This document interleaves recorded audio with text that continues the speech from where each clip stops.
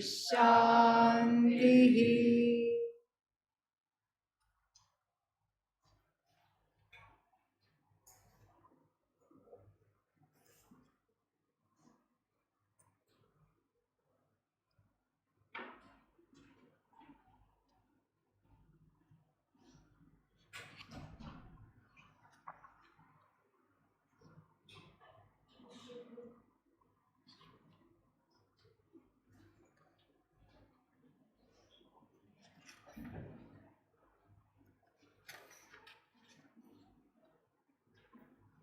ॐ अथ पञ्चमोऽध्यायः।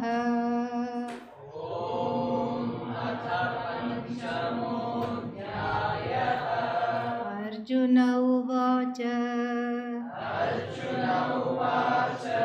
सन्न्यासं कर्मणां कृष्ण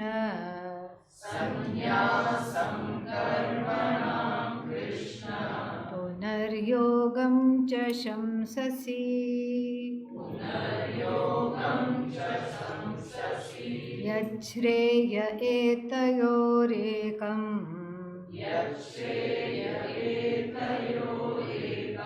तन्मे ब्रूहि सुनिश्चितम्। श्रीभगवानुवाच सन्न्यासः कर्मयोगश्च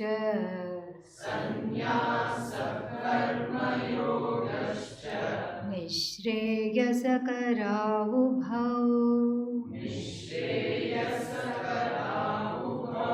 तयोस्तु कर्मसन्न्यासात्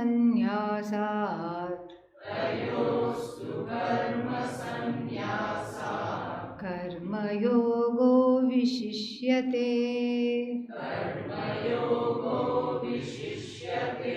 ज्ञेयः स नित्यसन्न्यासी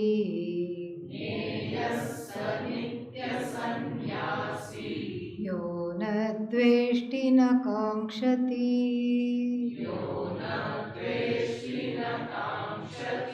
निर्द्वन्द्वो हि महाबाहो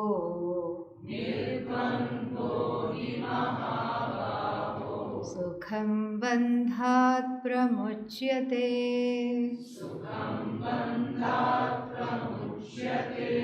सांख्ययोगौ पृथक् बालाः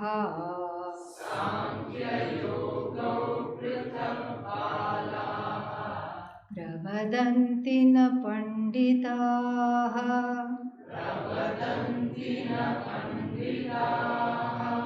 एकमप्यास्थितः सम्यक्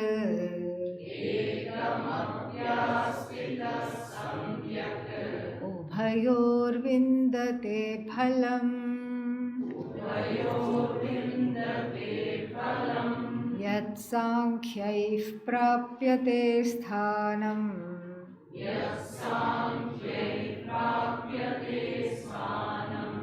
यो तद्योगैरपि गम्यते।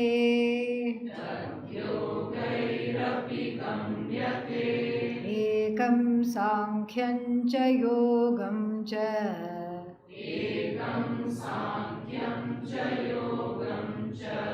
यः पश्यति स पश्यति।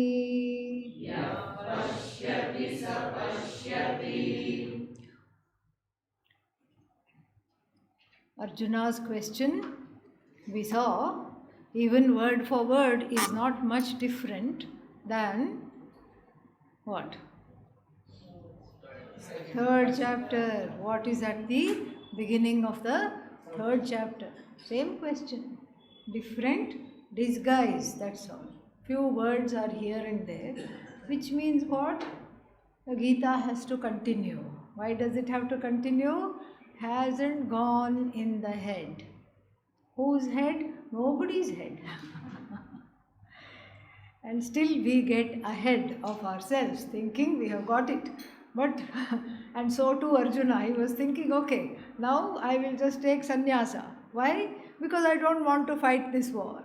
And then what is Bhagavan doing? Bhagavan is praising praising Sankhya Yoga, praising knowledge, and then making me do this dirty work of this horrible war. And then Lord Krishna says it takes two to tango, meaning two people can fight this game, can play this game. And what is this game? I will pull you back into this war after teaching you about Karma Yoga and Sannyasa. And what will you do? You will want to run away and go to Rishikesh. So it's just like that. Children play this game, right? Tug of war. This is one side Karma Yoga, another side Jnana Yoga. So at the outset, before we see the answers, we saw the question yesterday, we saw a little bit of the Lord's answer also, but before we go further, some things have to be clarified, which is probably the reason why Arjuna is confused. What has to be clarified? There is action, karma. And so that karma, when it is done with an attitude of dedication to the Lord, is called karma yoga. Alright, so there is action, karma, and then so there is karma yoga, which is the refinement of action in the light of the fact that I would like to qualify for this knowledge. So karma yoga becomes a lifestyle that is going to lead one to what is called Sankhya Yoga or Jnana Yoga. Sankhya Yoga or Jnana Yoga. That is what it is.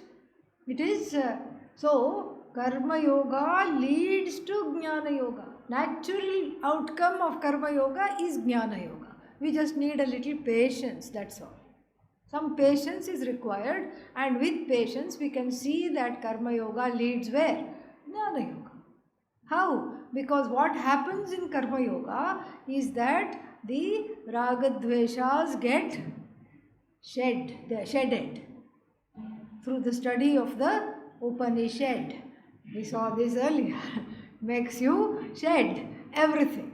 And then it makes you shed means what? Then after that, the Ragadveshas are no longer a problem. And when they are no longer a problem, then naturally the mind turns towards firming up this knowledge and towards Jnana Yoga. That is what is the basis for Karma Yoga. Karma, doing karma with a sense of I am the doer, qualifies you for Karma Yoga, because one is sick of doing and feeling bad about oneself. Then equipped with Karma Yoga, one qualifies for what? Jnana Yoga. Then equipped with Jnana Yoga leads you to what? Moksha. I am aham muktaha, nitya muktaha iti. I am always free iti. This understanding, I was never bound, I am always free. This understanding comes. So you see, there is a nice chain of command. And so they are not equal. One leads to the other.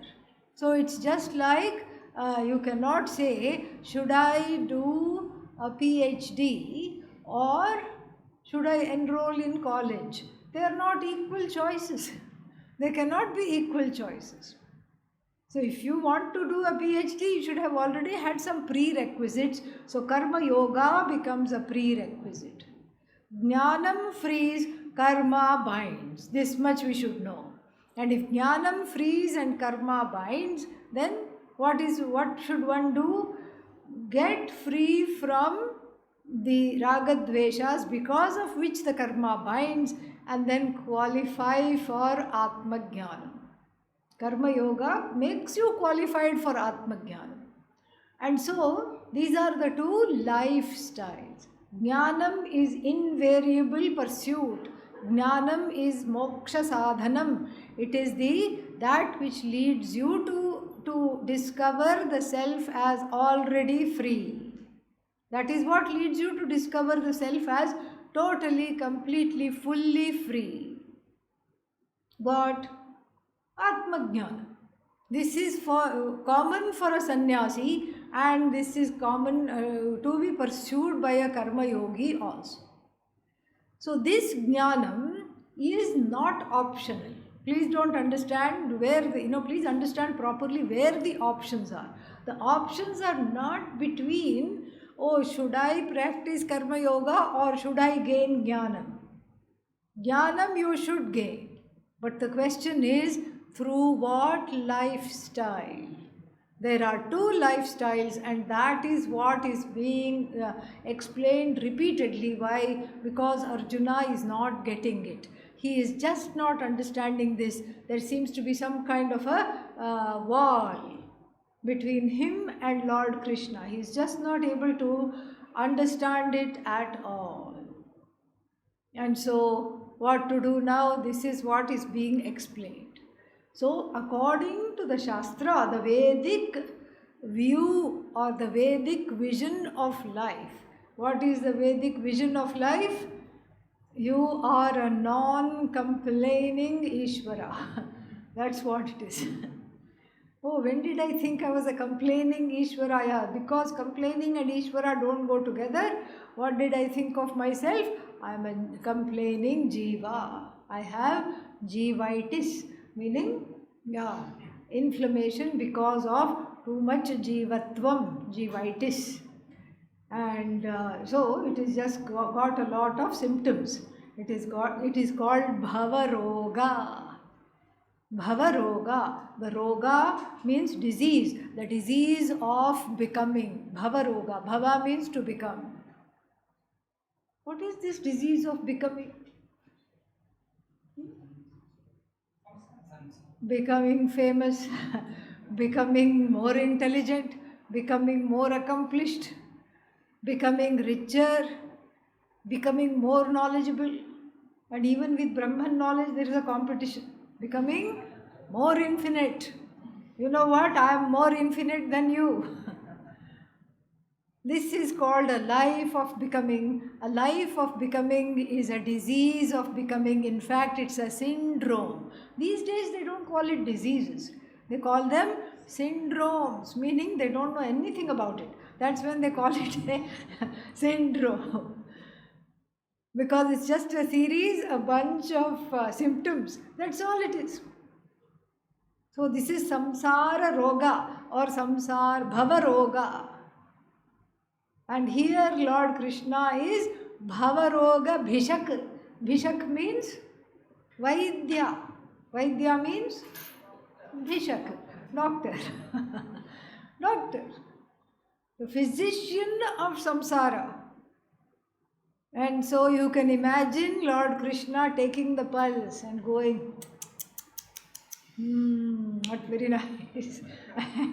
And this person's fever goes up, especially if the doctor makes all these clucking noises and you're already wondering what is wrong.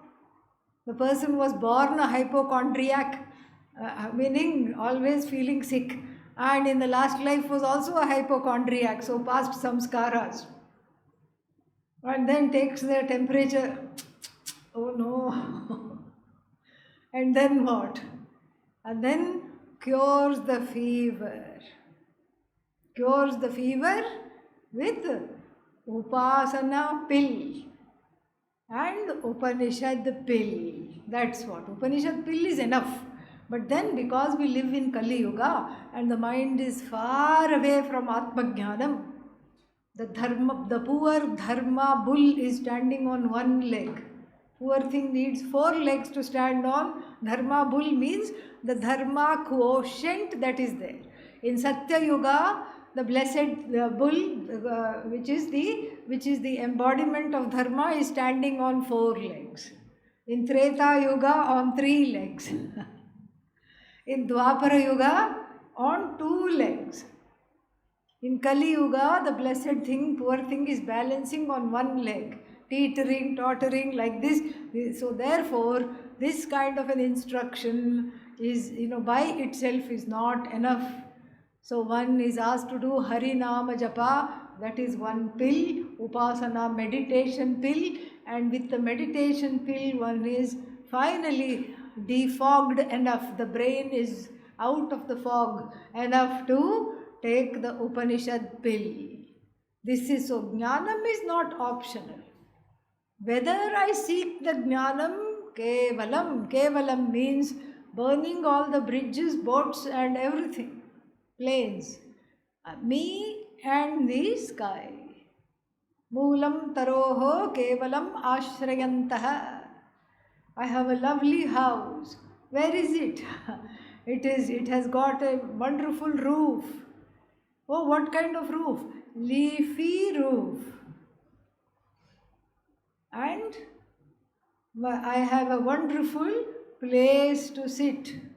Free back scratcher under the under the trunk of a tree. Moolam taroho. Taru means tree.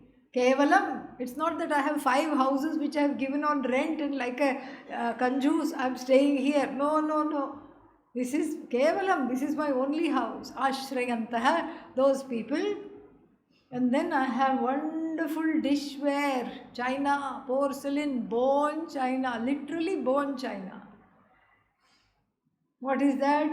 Panidvaye bhoktum amantrayantaha. I am always ready to eat and my china is clean and then biodegradable because it can be washed and kept immediately. And it will never break, unbreakable. And it has bones, so bone china. And here I can just eat. Do you have a plate? Yes. Do you have a spoon? Yes. No problem, ever ready to eat. Amantrayantaha. Kaupinavantaha khalu bhagyavantaha. Kaupinavantaha means those who possess a loin cloth, meaning the minimum. That's what it is, for the society's sake. Otherwise they would have gone without that also. But for the keeping in mind the decorum of the society, they wear the minimal clothing and they are not worried about anything. Such is the person lauded in this quintad called Yati Panchakam. This is called the way of life. This has nothing to do with Jnanam. This is what is called Vividisha Sannyasa Veditum Ichha. The desire to know makes her or him take to this kind of a life. But that all depends upon the predicament of the person and the preparedness of the person. The under the tree life looks nice for a TV show. There is some TV show I heard, I haven't seen, called what is that called? Surviving in the Wild or something like that. What is that called? Something like that. So going into the wild. And then if you come back without becoming wild, that is a very good thing. Obviously women are not included here. So, we are living in 2023, okay? Yes. He and she. We have to always say, change the vocabulary, alright? TV stations, don't look at that channel, that's all. And so, this is the thing. So here, this kind of a lifestyle is not suitable for everybody. And you can't say which is better, this kevalam, carrying your china with you and all, it may look very nice. One day if you are doing a film shoot and you see somebody sitting under the tree and washing their hands and eating with a leaf or with their hands, it looks very exotic. But then, day after day, no doctor will come and bhiksha is eaten. Bhiksha did not agree. Why? Because you didn't cook. And in different houses, different kind of rice, different dal, different things. And between the time that they gave and you ate, there was already what? Some kind of bacteria that had already grown.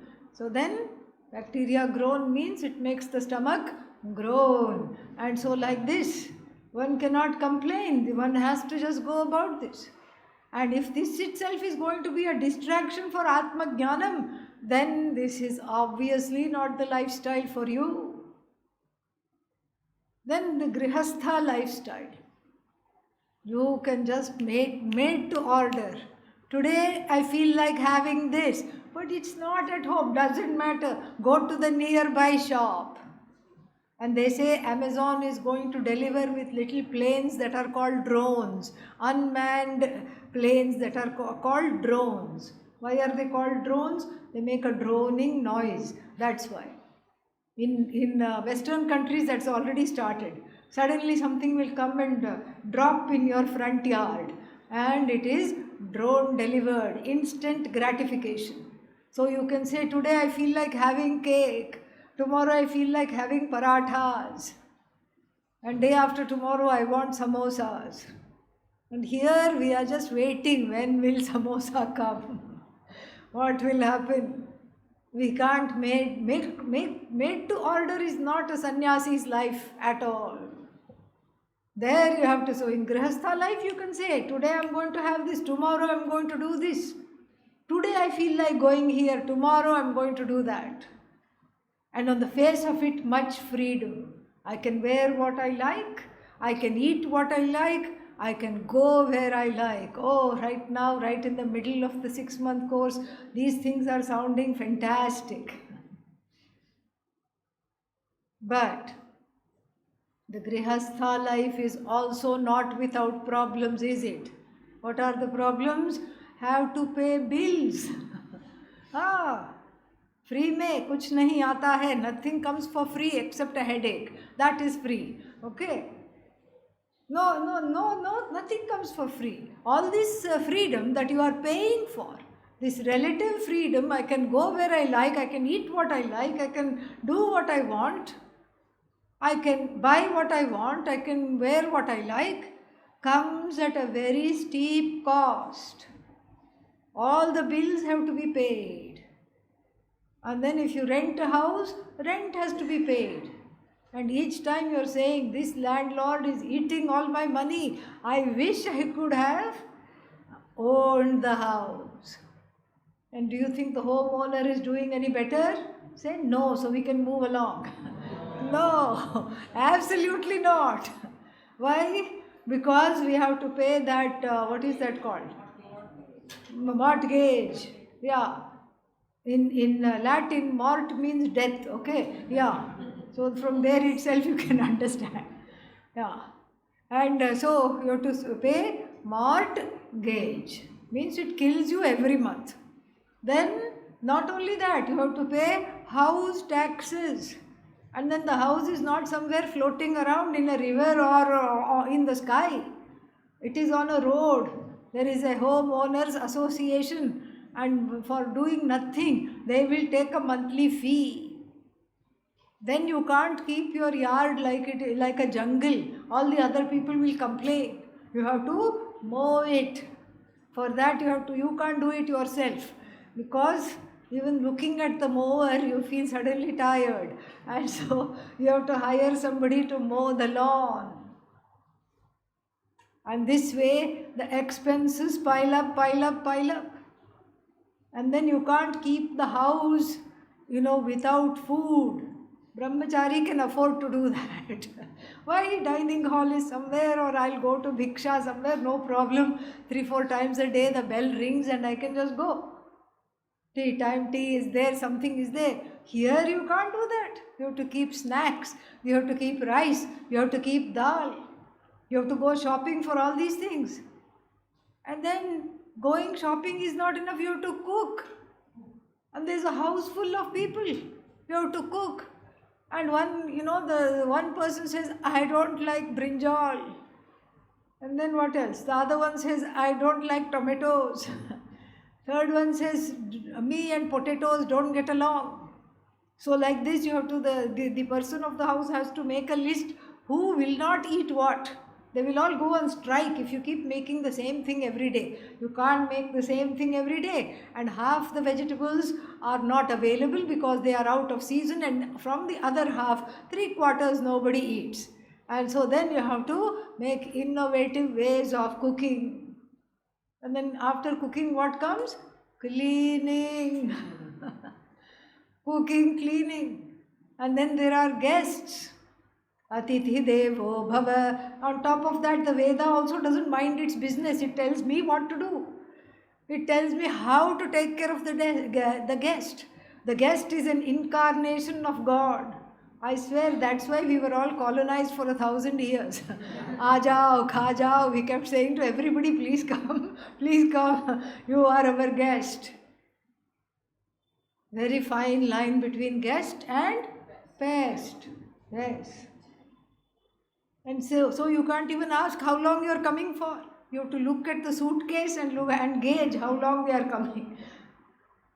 You can't even ask.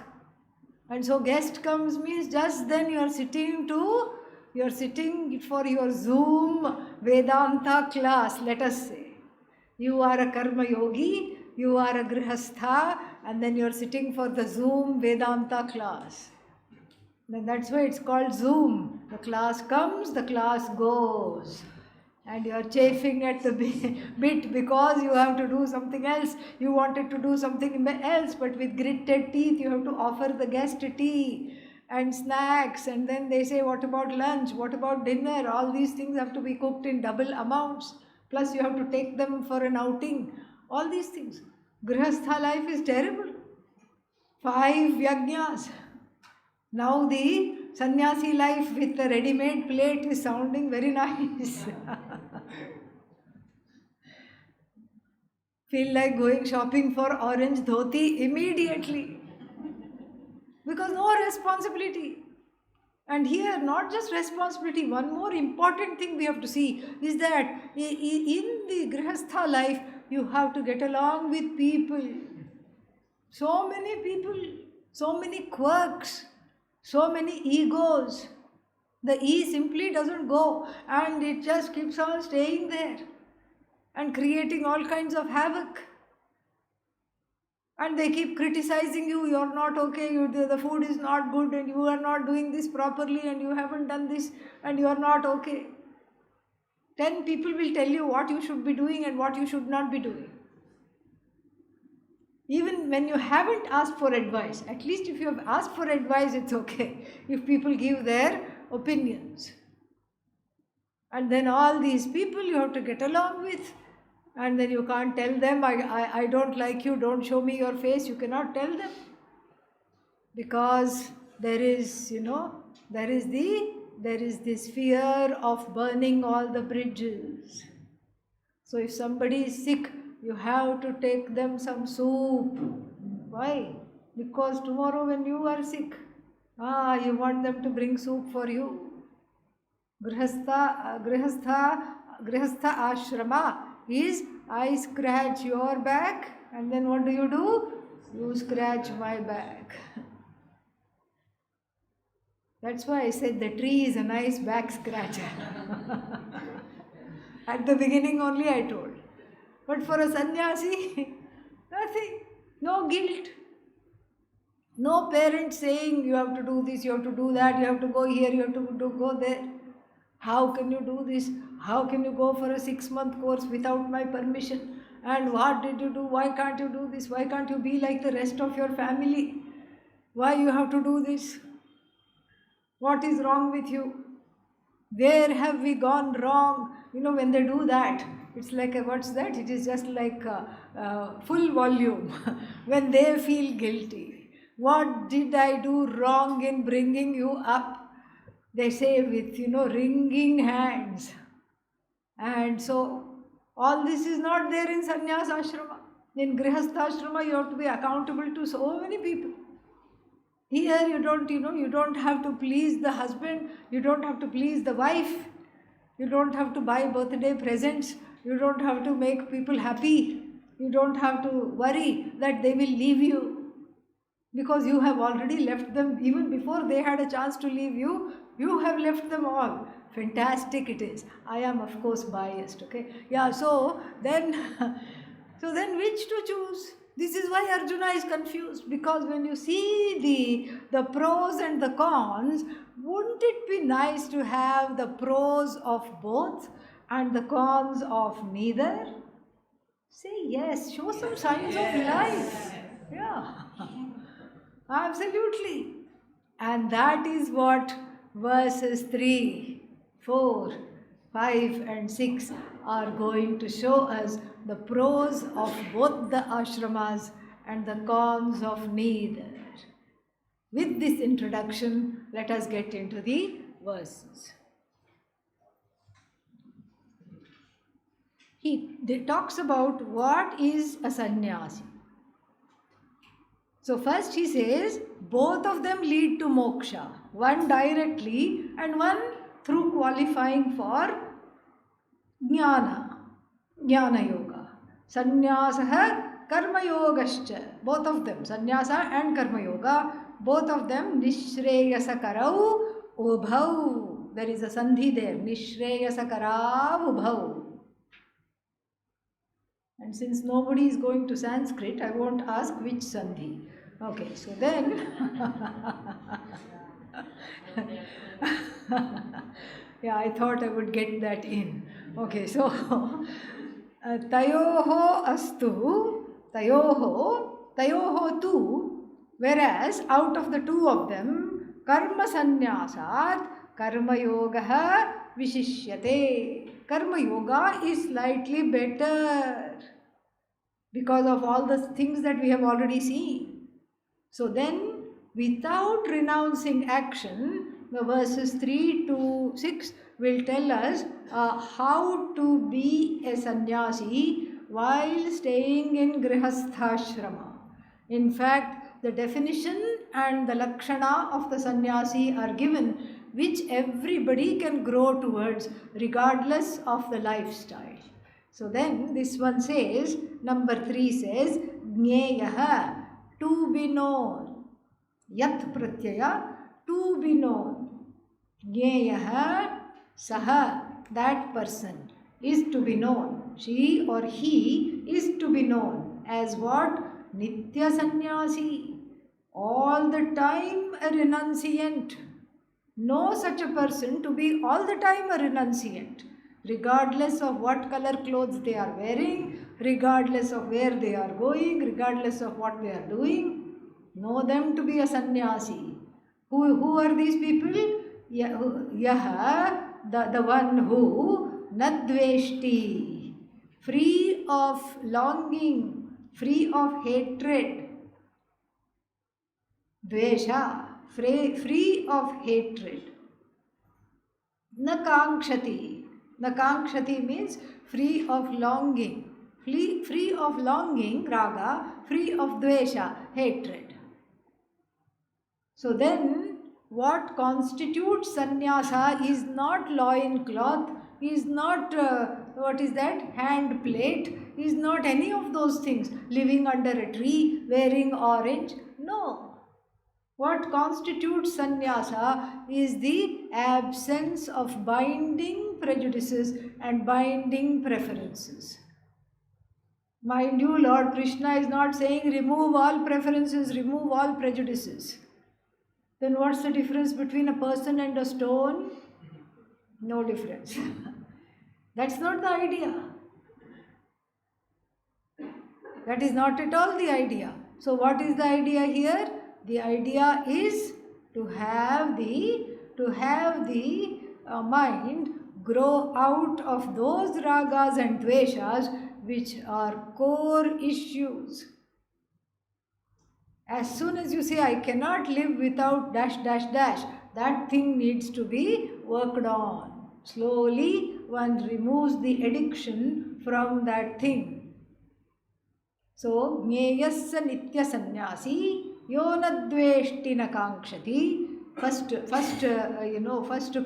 qualification of a sannyasi, regardless of which ashrama the person is in. Nirdvandvo hi mahabaho. O mighty armed one, this is the person who is nirdvandva. Dvandva means what? Opposites. Nirdvandva, free of pairs of opposites. What are some opposites? Shita, Ushna, hot, cold. Sukha, Dukkha, happiness and sorrow. Then Mana, bouquets, and then Apamana, brickbats. And then what else? Huh? Yeah, that we already saw. No, yo na dveshti na kankshati. Love, hate is included there. There are many pairs of opposites. Like this, the one who is not succumbing to those opposites. When happy moments come, the person hits the ceiling. And then there is a long way to fall when the Kala Chakra moves, when the wheel of time moves. If one has hit the ceiling, one has a long way to come. And then when one falls, it hurts because one was already in some seventh heaven, meaning ecstasy and then agony. And pride, and then after that, pride comes before a fall. So this is what happens. So the one who is free of these opposites does not let one get carried away when the things are going according to plan. When things are going according to plan, if you don't get carried away, then when things are not going according to plan, it is much easier to manage. Much easier to manage. So this is the teaching here. Much easier to manage because I have trained myself to not just completely get carried away, lose my inner balance, lose my center. If I go away from the center, I am off center. I am off kilter. I am imbalanced. And we see this sometimes in children. Children don't know how to manage the gamut of emotions they experience. You give it something it wants, a favorite toy, it will jump happily, screech 1 minute. While jumping, it falls down and then it will cry equally bitterly. So this is how the jiva is. But the one who has conquered the pairs of opposite by strengthening the mind to not get carried away. How do you strengthen the mind to not get carried away in happy situations? We just tell ourselves that the happiness is not dependent, my happiness is not dependent on objects, situation, people and circumstances. My happiness is dependent on me. Even if it sounds false, tell that to yourself. Let this be the mantra japa. My happiness depends on me. Therefore, I am not disappointed if things don't go right. My security does not depend on my bank balance, upon somebody giving me money, or does not depend upon the world. It depends upon me. If we keep seeing the truth of this, thanks to chapter 3, chapter 2, chapter 4, and now chapter 5, if we keep seeing the truth of it, this equanimity is reached. Equanimity with regard to reactions or responses to the results of action. That's another thing. The reactions have to be converted to response. What is the difference between reaction and response? In reaction, there is no control. No control. No choice. No control. Just let go. Feel like screaming? Scream. Feel like yelling at somebody? Yell. No control. Whereas a response is a two-step kind of a, two-step affair. First step, right now, it's not a good time to open the mouth. This is what I tell myself. Before I have analyzed the situation, I take temporary maunam, whether it's for 15 minutes or 15 days, doesn't matter. I just don't react right now because I am angry, I am resentful, I am sad, and whatever is going to come out, I'm just going to target the other person. So therefore, I'm going to talk about this later. First step. First step is doing shamadama. Immediately is the first step for ourselves. And then we go the extra mile. Second step is that the other person behaved in a way that I do not like. Because they have a background. Just like I also have a background. Because of this background, I am upset, I am angry, I am resentful. I feel like giving that person one. But I don't. The fist turns into a Bharatnatyam pose slowly. So therefore what? So therefore I have, with Shamadama, I have made this, I have stopped the reactivity. That's only one step. The second step is to see that I have a background. My anger, which was about to be directed at this other person, is actually what? Is actually because of some triggers right here. You spot it, you got it. This is the mantra for Vedanta. It's all about me, me, me, me, me. I. Advaita is all about I. So even if you say it's this one's fault or Bhagavan's fault or the fault of the planets, all these things, still it's nobody's fault. It is just comes back to you. And so then to do that vichara, enquiry, what was the trigger? Why is it so strong? And even if you don't know the cause of the trigger, even knowing that there is a trigger is plenty enough for now. Then just as I was triggered due to certain unresolved materials in the heart, the other person was also what? Triggered. So the other person also must have a background. This is the second step. You don't have to go inside the background of the other person. Just knowing that is enough. Compassion comes for your own background that you are not able to handle, and for the other person's background also. Compassion comes. Okay? And so this is how one becomes nirdvandva, non-reactive. So such a person, bandhat pramuchyate, is freed from the notion of bondage. Whenever bondage is discussed, you add notion here in front of the word bondage. Always while talking about bondage, you have to add the word notion, because otherwise what will happen? It will become an ocean.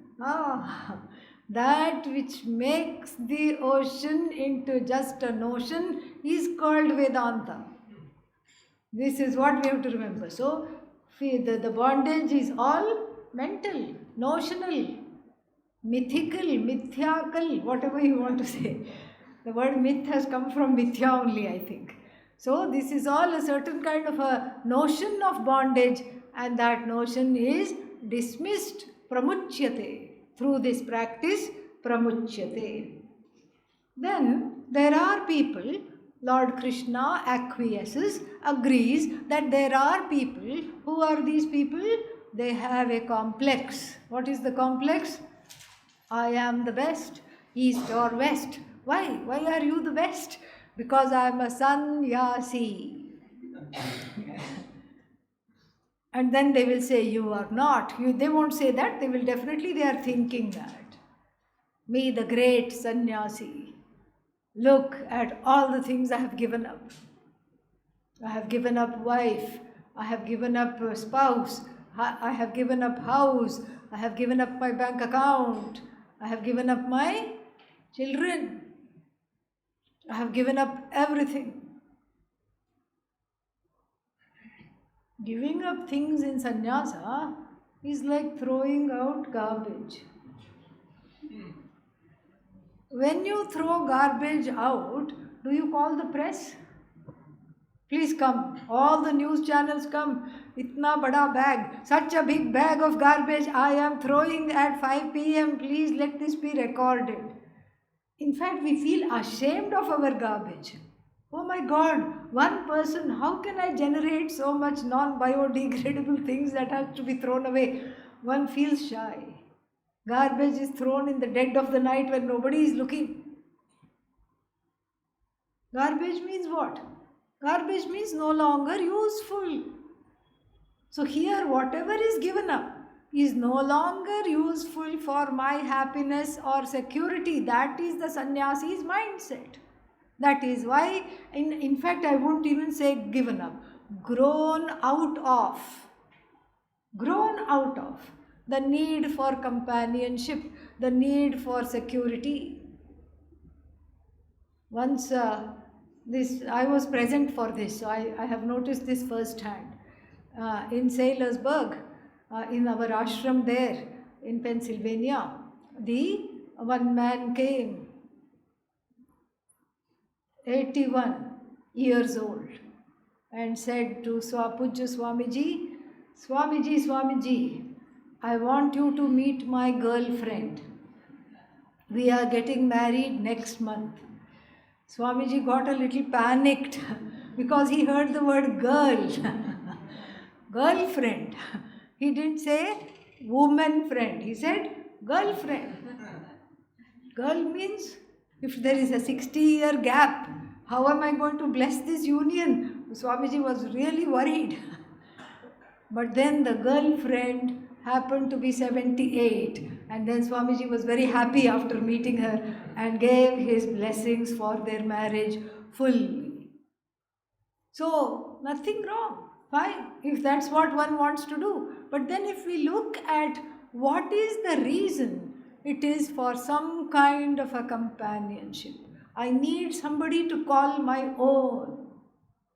Because all the people on the road, they are not my own.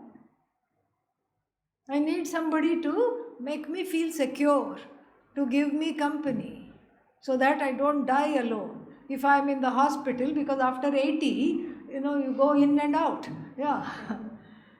Half the life is in the hospital, if one is lucky.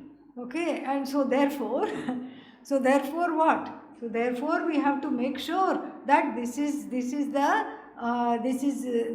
understood properly. So who will visit me in the hospital? Nobody. So this is a big thing for a lot of people. So that's why the companionship is sought. The loneliness is too much. Sense of incompleteness is too much. And so therefore what? So therefore here it says that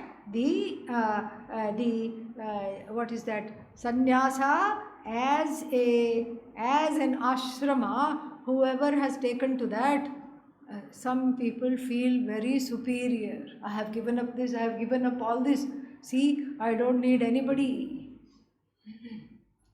And then there are some grihasthas also who say, what these sannyasis living off us? What is wrong with them coming for bhiksha every single day? Why is he coming? Why is she coming? Must want a donation. And this is true, especially of people who have, had sannyasa at a relatively younger age. People say immediately, she must be wanting donation. Come on, tell what you want. We can't give. And this kind of a thing. So there is on both sides there seems to be a little bias. Why? Because they haven't studied the 5th chapter of the Bhagavad Gita, or the 4th, or the 3rd, or the 2nd for that matter. And so such people who make these kinds of distinction, Lord Krishna has very strong words for them. He says, Sankhya Yogau, Sankhyaschya Yogascha Sankhya Yogau. Dvandva here doesn't mean opposite. Here it is a name of a samosa. No, samasa. So Sankhya and Yoga, Prithak means they are two different things. And that one does not lead to the other. Karma Yoga can never lead to sannyasa. These kinds of people, pravadanti. Who are they? Balaha. Balaha means? Children, babies. They are just doing baby talk and thinking it is Vedanta. They are just able to shake the rattle and say goo, ga, bl, bl, bl. Just like that, these bubbling sounds they make. And they think they are very mature. But actually, from the standpoint of the Panditaha, na Panditaha te, they are not Panditas. From the standpoint of the learned ones, it just sounds like babble. You know how the children make these bubbling sounds? And then goo goo gaga they say, that's all. Like a 9-month-old child, what its vocabulary is. These are the people who say, no, they are very separate. One is better, the other is terrible. The other one is better. This is terrible. Who say they are what? Balaha. They don't know what they are talking about. Na panditaha te. But yaha pashyati, the one who pashyat, there are two pashyatis in the next line, am I correct? How long is it taking for you to pashyati, two pashyatis? Two pashyatis? Yeah. Abba, finally you pashyatid the pashyatis. Yeah. So, Sankhya Yogau Prithak Balaha Pravadanti. Pravadanti means they babble. Na Panditaha. And then Ekam Api. Even resorting to one particular lifestyle, that is of Karma Yoga, you get the fruits of both. Karma Yoga, if it is lived properly, will definitely lead you to Atma Jnanam, will definitely even lead you. A proper Karma Yoga is an almost sannyasi. This is what it is. So, this is the reality. So, ekam api, even staying in one asthitaha, abiding in one particular lifestyle, samyak, properly, according to the teachings, ubhayoho, of the both. Which both? Hello? Karma Yoga and Sannyasa. Ubhayoho vindate phalam, gains the fruit of both of them. Both of them. And then further he says, this is a continuation of that, yat sankhyahi prapyate sthanam. That sthanam is not a place. Sthanam means goal. What is the goal? What is the goal? Moksha. Moksha is my goal. Yat sankhyahi, by the sannyasis. Sankhya here is not the lifestyle, but the people following the lifestyle. Sankhyahi, by the sannyasis, prapyate sthanam. The sannyasis, meaning the people following a lifestyle of sannyasa, that which they gain as the ultimate goal, which is freedom from complaining, freedom from longing. Sarvatma bhava, knowing that everything is one. Tat yogaihi api gamyate. The same thing can be reached by what? The karma yogis also reach the same place. How? Because as I said, these are the question of lifestyles, because both are following jnanam. Jnanam not optional. Lifestyle optional. Option is not there in, okay, I am just going to do karma and you are doing jnanam. No. Both have bhakti, both have jnanam, both pursue jnanam. For both of them, the end goal is moksha. And if they don't understand this, they go goal. If they don't understand what is the goal. Goal means what? Round and round. Brahmanti, they wander. They wander in the samsara, wander in the wilderness of samsara. Ekam sankyam cha yogam cha. Both are disciplined lifestyles. Both are one and the same. Both are one and the same, and because they both give the same result if followed correctly and if accompanied by Atma Jnanam, they both give the same exact result, which is moksha. Ekam sankyam cha yogam cha yah pashyati Sapashyati. The one who sees, sees. The one who knows, knows. Otherwise, most of the people, they make a artificial distinction between these two lifestyles and say one is better, or I like this one, I like that one. And then you see, karma yoga you can do all the time, anytime.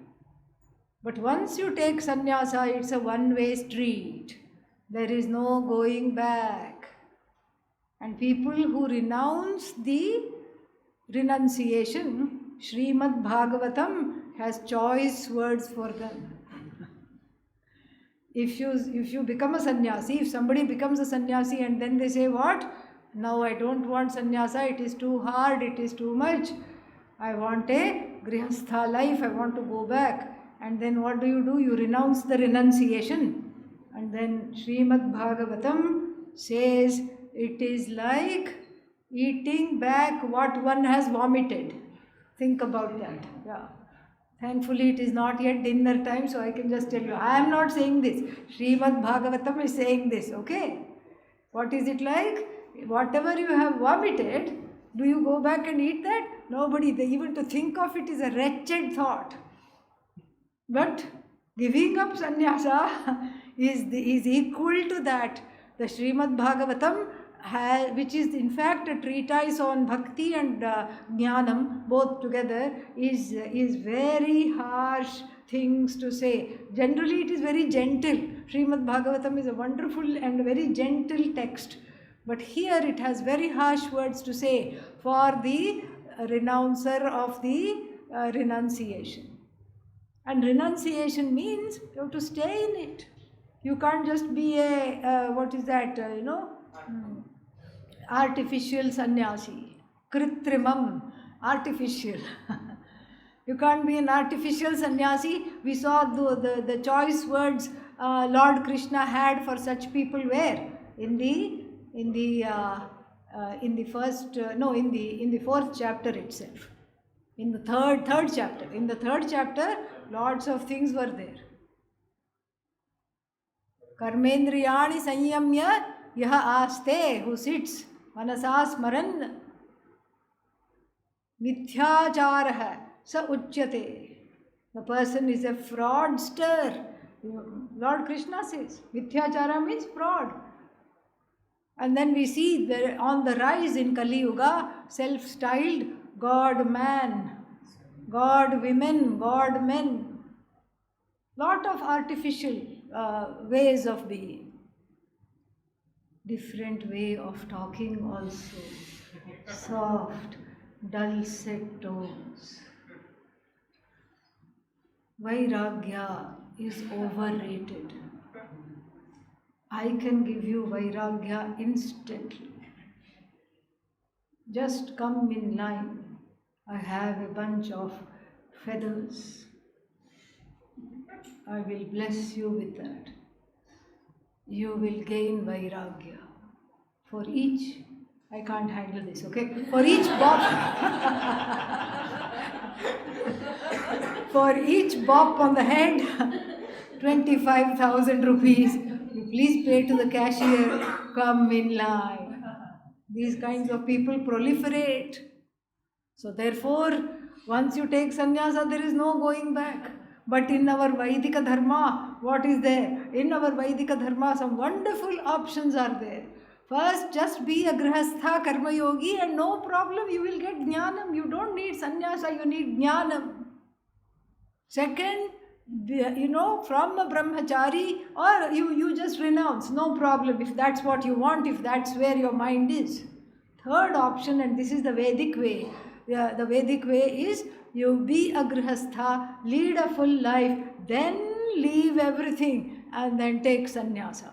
Three options are there. What is the rush? Krishna. Besides, you have this battle to fight. I'm not going to let you go so easily. So we'll stop here. We'll see more later. Om Purnamadav Purnamidam Purnat Purnamudachyate Purnasya Purnamadaya Purnameva Vashishyate Om Shanti Shanti Shanti. Harihi Om. Shri Gurubhyo Namaha. Harihi Om. One small announcement. So this tomorrow